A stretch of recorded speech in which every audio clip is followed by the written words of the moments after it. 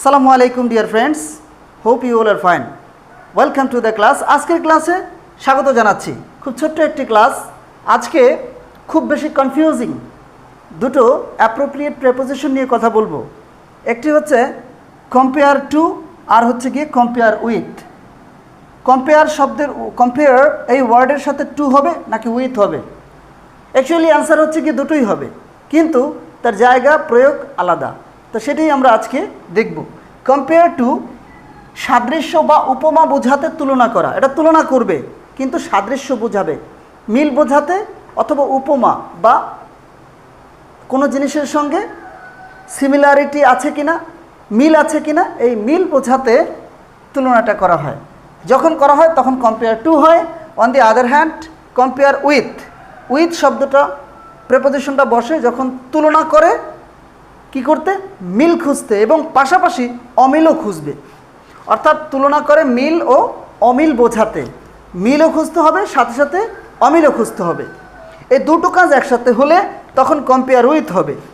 আর শুধু মিল খুঁজে নেব, মিল খুঁজে একটা উপমা বা একটা অ্যানালজি খুঁজে বের করব এবং সিমিলারিটি খুঁজে বের করব।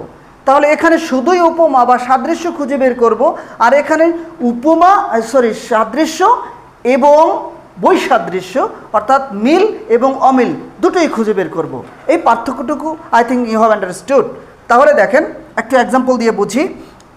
চাঁদের সাথে আমি দেব না তোমার তুলনা, বা তোমার তুলনা দিব, দেউক আর না দেউক, মানে অ্যাফার্মেটিভ আর নেগেটিভ, এটা বিষয় না।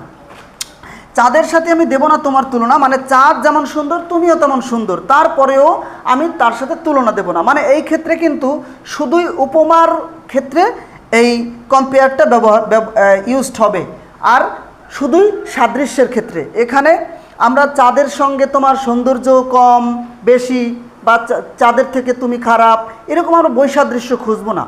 আসলে এই সেন্টেন্সটার মধ্যে চাঁদের সঙ্গে স্রেফ একটা উপমা দেওয়ার চেষ্টা করব আমরা। তো সেই অর্থে চাঁদের সাথে আমি দেব না তোমার তুলনা, এটার ক্ষেত্রে কি ঘটবে, আই উইল নট কম্পেয়ার, আমি তুলনা করব না ইউ তোমাকে এখন চাঁদের সাথে। সেই ক্ষেত্রে এখন টু হবে নাকি উইথ হবে আপনারাই পূরণ করে দেবেন। একটু চিন্তা করতে থাকেন, আমি আবার পরবর্তী এক্সাম্পলে যাচ্ছি। এরপরে কি নিজেকে নিজের সাথে তুলনা করো। গতকালকে আমি কেমন ছিলাম, আজকে আমি কেমন আছি। গতকালকের আমার দোষ কী ছিল, গুণ কী ছিল, এগুলো আজকের আমির সাথে তুলনা করব এবং তুলনা করে খুঁজে বের করব। তাহলে কি আজকের আমি আমার দোষ